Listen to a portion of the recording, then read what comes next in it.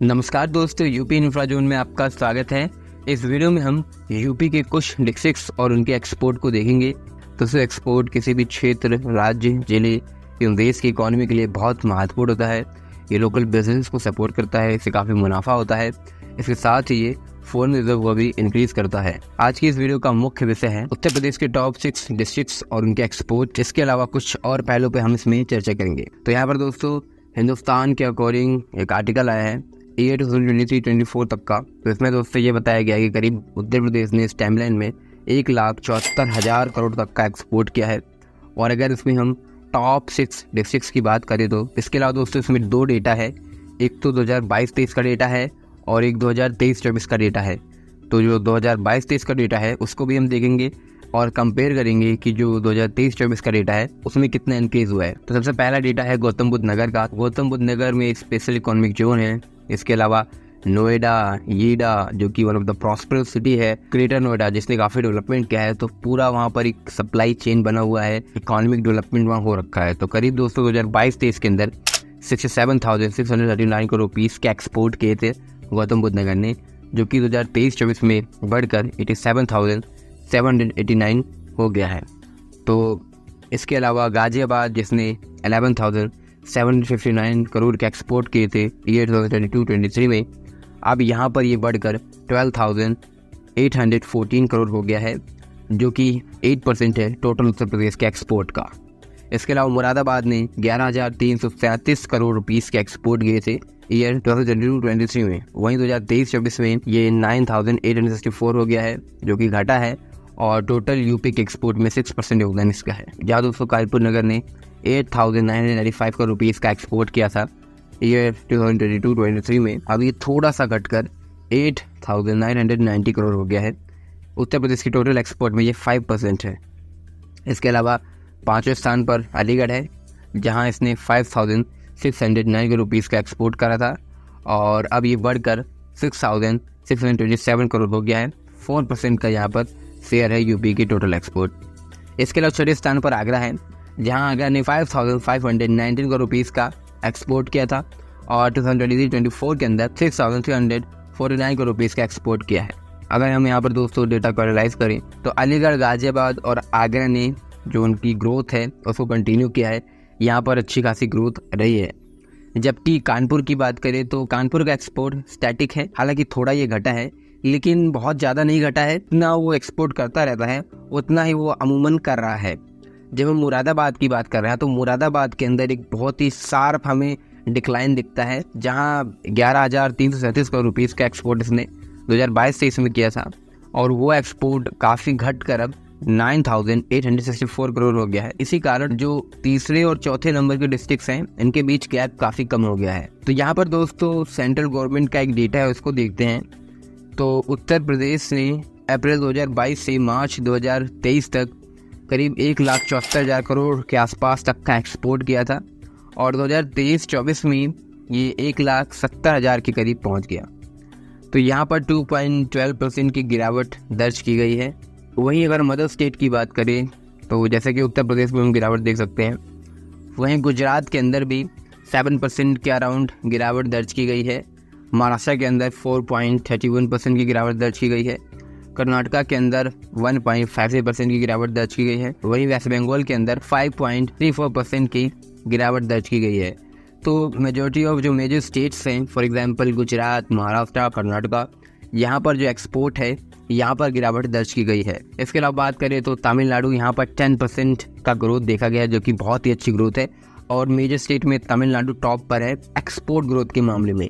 इसके अलावा हरियाणा में 14.77%, जो कि बहुत ही अच्छा है। इसके अलावा तेलंगाना ने 26% एक्सपोर्ट इंक्रीज़ किया है, ओडिशा ने 10%, दिल्ली ने 29.27%, राजस्थान ने 7.60%। तो यहाँ पर दोस्तों एक्सपोर्ट में गिरावट बहुत सारे स्टेट्स में दर्ज की गई है।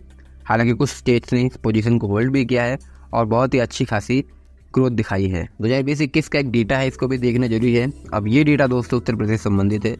तो यहाँ पर दोस्तों यूपी के अंदर 20 ऐसे डिस्ट्रिक्ट्स हैं जिनका यूपी के टोटल एक्सपोर्ट में 90% योगदान है। तो इस डेटा के अकॉर्डिंग गौतम बुद्ध नगर का योगदान 2020-21 में 40.9% था, जो कि आज 4 साल बाद 50% हो गया है।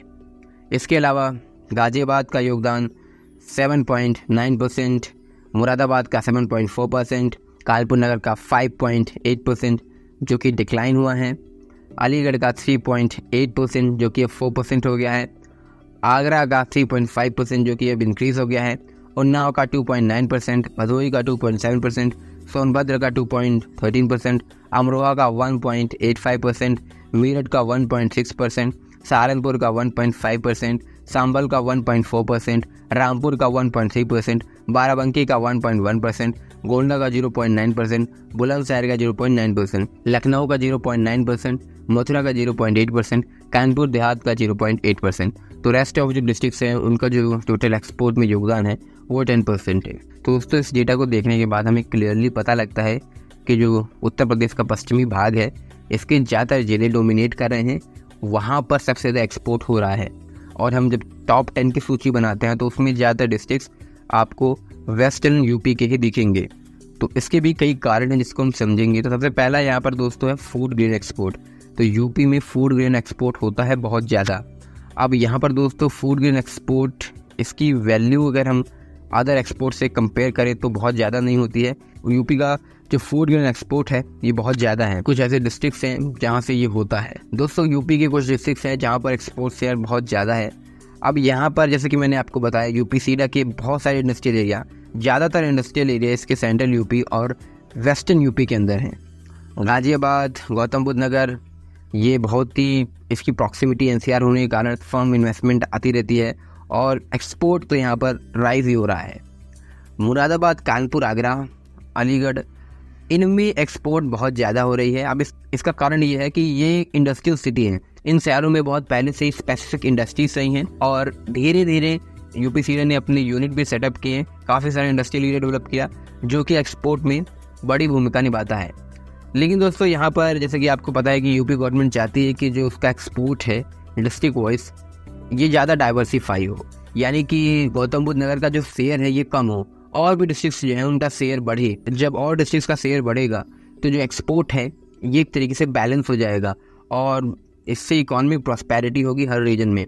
लेकिन जब हम यहाँ पर ये डेटा देखते हैं तो इसमें हमें बहुत ज़्यादा अंतर नहीं दिखता है, बल्कि जिस प्रकार से गौतम बुद्ध नगर का शेयर बढ़ रहा है, आज ये 50% के आसपास पहुँच गया है जो कि ह्यूज है।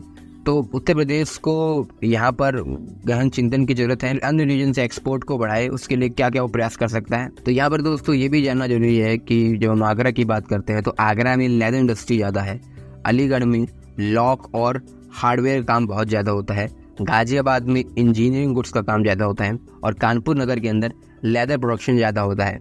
अब मैंने आपको ये क्यों बताया, तो दोस्तों जैसे हम ईस्टर्न यूपी की बात करते हैं और जब बुंदेलखंड की बात करते हैं, इवन हम सेंट्रल यूपी के बहुत सारे डिस्ट्रिक्ट रख लेते हैं कुछ डिस्ट्रिक्ट को छोड़कर, जिसमें कानपुर नगर है, तो इन सारे डिस्ट्रिक्ट्स के अंदर आपको जो भी इंडस्ट्रीज़ दिखेंगी, चाहे वो पोट्री से संबंधित हो, हैंडीक्राफ्ट से संबंधित हो, सिल्क साड़ी हो, वुड हो, कॉटन हो, कारपेट हो, सॉफ्ट टॉयस हो, क्राफ्ट हो, ये जब यहाँ पर लोग विजिट करते हैं तो इनका परचेज बहुत ज़्यादा होता है। लेकिन अगर हम ग्लोबली एक्सपोर्ट की बात करें तो इनकी डिमांड नहीं रहती है। और जब हम बात करते हैं लेदर गुड्स की, इंजीनियरिंग गुड्स की, केमिकल्स की और जो स्पेसिफिक इंडस्ट्रीज़ हैं जैसे ब्रास, इन सब की डिमांड बहुत ज़्यादा रहती है ग्लोबल मार्केट में। और ईस्टर्न यूपी में जो प्रोडक्शन होता है ज़्यादातर, उसका एक्सपोर्ट इसलिए बहुत ज़्यादा नहीं होता है क्योंकि उसकी ग्लोबल डिमांड ज़्यादा नहीं है। जबकि जो वेस्टर्न यूपी के अंदर इंडस्ट्रीज एस्टेब्लिश हैं उनकी डिमांड ग्लोबल मार्केट में बहुत ज़्यादा है। गौतम बुद्ध नगर के अंदर पूरा आईटी एक्सपोर्ट इतना ज़्यादा है कि इसलिए उसका शेयर बहुत ज़्यादा हो रहा है। और जो जैसे मैंने डिस्ट्रिक्ट के नाम बताया, वहाँ हैवी इंडस्ट्रीज़ बहुत ज़्यादा हैं और उनसे जो प्रोडक्शन होता है उसका शेयर बहुत ज़्यादा है।